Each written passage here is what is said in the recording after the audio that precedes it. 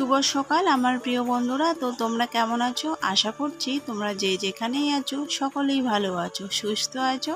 আর আমরাও খুব ভালো আছি তোমাদের আশীর্বাদে। তো চলে আসলাম আর একটি নিউ ব্লগ নিয়ে। আমি মল্লিকা, আমার ব্লগ চ্যানেলে তোমাদেরকে সকলকে জানাই অনেক অনেক স্বাগত আর অনেক অনেক ভালোবাসা। তো এখন বাজে 6টা আর এখন থেকে ব্লগটা শুরু করছি। তো সকালে ঘুম থেকে উঠে আগে চোখে মুখে জল দিয়ে দিয়েছি, তারপরে সদর দরজাগুলোকে খুলে দিয়ে উঠোনটাকে ঝাড় দিয়ে দিয়েছি। আর ওই পাশে যে ঘরগুলো ছিল তো সেগুলোকে আমার ঝাড় দেওয়া হয়ে গেছে। আর এবারে দেখো, যে ঘরটাতে আমরা ঘুমোই তো সেই ঘরটাতে এসে এখন ঝাড় দিয়ে বারান্দাকে ঝাড় দিয়ে দিলাম।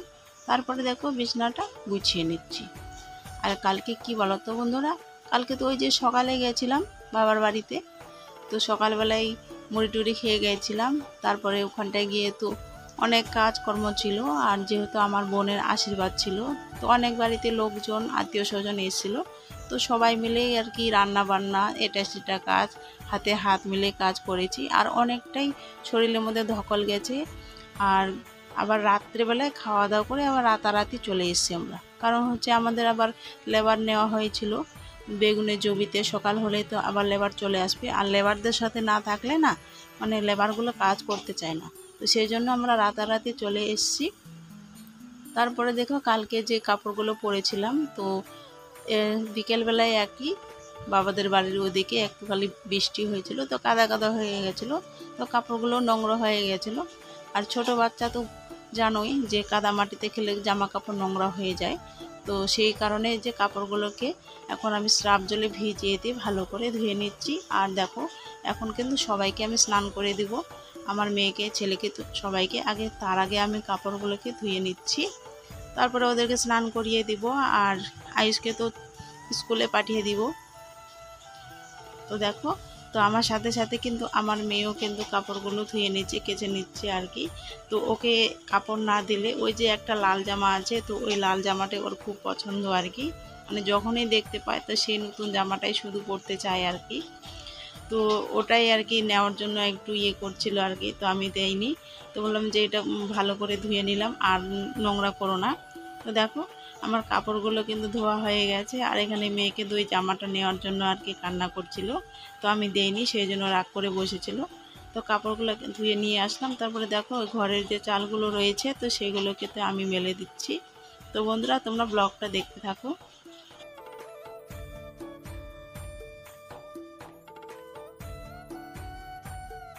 তো ওখানটায় তো ওর জামাটা দিলাম না, তারপরে দেখো আবার জামাটা নেওয়ার জন্য এখানে চলে এসে তো হাতে নিয়ে নিয়েছে। তো দেখো আমি আবার ওদের হাত থেকে আবার শুকোতে দিয়ে দিলাম, নাহলে আবার নোংরা করে দিবে, আবার আমাকে ধুতে হবে। এমনিতেই আমার মানে শরীরটা একটুকু ভালো লাগছে না, তো কালকে একটু মানে বেশি পরিমাণে খাটাখাটি হয়ে গেছে, তো সেই জন্য যেহেতু মানে রাঁধুনি ছিল না, তো তো সেই জন্য আর কি সবাই মিলে একটু কাজ টাজ করলাম। তো এই যে সবজি কাটা রান্না বান্না করা, তো সবাই হাতে হাত মিলে কাজ করিতে, সেই জন্য শরীরের মধ্যে একটু বেশি ধকল হয়ে গেছে।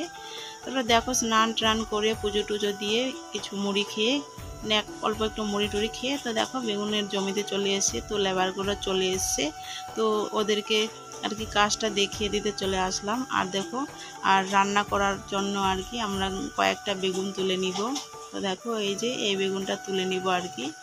তো এইগুলা বেগুন এক মানে ছোট ছোট আছে, একদম চকচকা সুন্দর লাগবে, তো বেগুনের ভাজা করবো আর কি। আর দেখি বাড়িতে যাই কি সবজি করা যায়। তো আমি এখান থেকে কয়েকটা বেগুন তুলে নিয়ে যাব, আর কয়েকটা মানে 2-3টা তুলেছি, ওই যে আমার মেয়ের হাতে দিয়ে দিয়েছি, তো এই ধরে আছে, এই যে দুই হাতে 2টা দিয়ে দিয়েছি, তো এবারে 3টা দিয়ে দিলাম, তো আরেকটা তুলে নিব। তো 4টা বেগুন নিয়ে যাব, তো ভাজা হয়ে যাবে আমাদের। তো 2টা ধুতে পারলো না আর কি, তো সেই জন্য মাটিতে রেখে দিল, তো আরেকটা তুলে নিব। তো যাই হোক বন্ধুরা, ভিডিওটা স্কিপ না করে পুরো ভিডিওটা দেখার অনুরোধ রইল তোমাদের কাছে। আর তোমরা কে কোথা থেকে আমার ভিডিওগুলো দেখছো তা অবশ্যই কমেন্ট বক্সে জানিয়ে দিও, তাহলে আমি এটা জানতে পারবো যে আমার বন্ধুরা কে কত দূর থেকে আমার ভিডিওগুলো দেখছে। তো দেখো বন্ধুরা, এই বেগুনটাকে তুলে নিব। এই বেগুনটা একটু সুন্দর আর কি আছে, তো সেই আর বেগুনের মধ্যে না প্রচুর পোকা হয়ে গেছে, তো অনেকবার কিন্তু সপ্তাহে 2-3বার করে আমরা স্প্রে করি, তবুও কিন্তু আমরা বেগুনের পোকাগুলো থামাতে পারি না। তো দেখো তারপরে বাড়ি এসে ওই যে উনানটা ধরিয়ে দিয়েছি আর জলটাও গরম হয়ে গেছে। এবারে আমি চালটা দিয়ে দিলাম।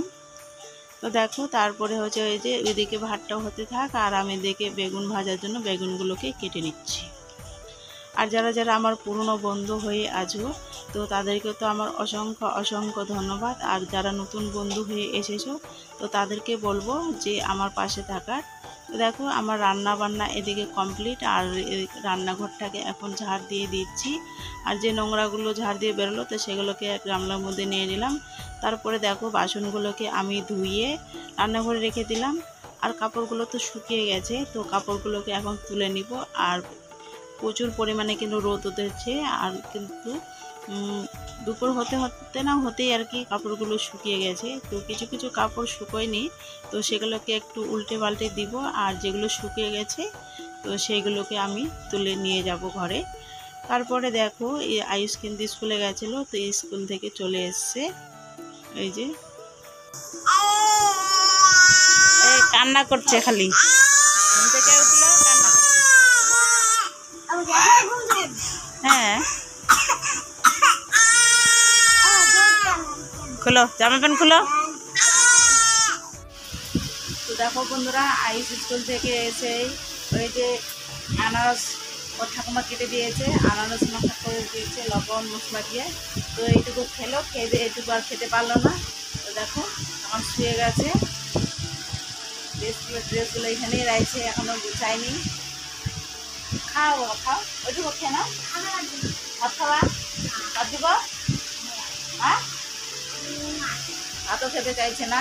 আর স্কুল থেকে টিফিন কী কিনে দিয়েছিল জানি না, দোকান থেকে টিফিন নিয়ে গেছিলো আজকে, বাড়ি থেকে কিছু করে দিইনি। বন্ধুরা চলো এইটুকু আনারস খেয়ে নিই।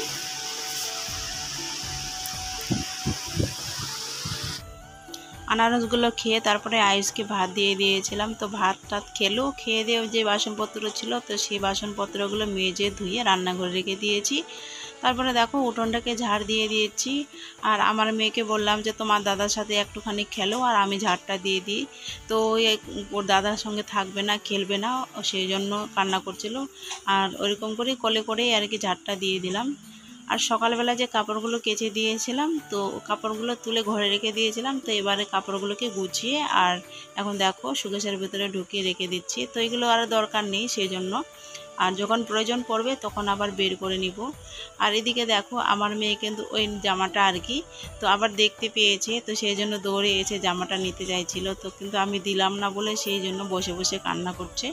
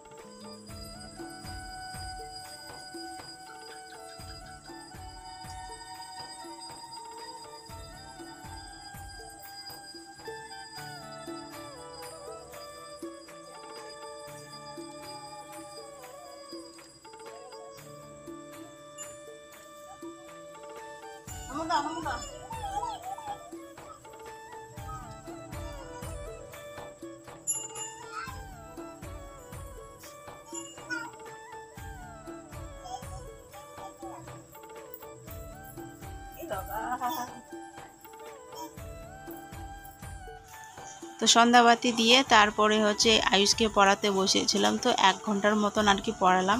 তো স্কুলের যে ওই কাজগুলো ছিল তো সেগুলোকে আমি করিয়ে দিলাম। আর সকালবেলাটায় আমি সেরকম সময় পাই না, তো সকালের যে কাজগুলো থাকে সেগুলো করতে করতে আমার সময়টা শেষ হয়ে যায়।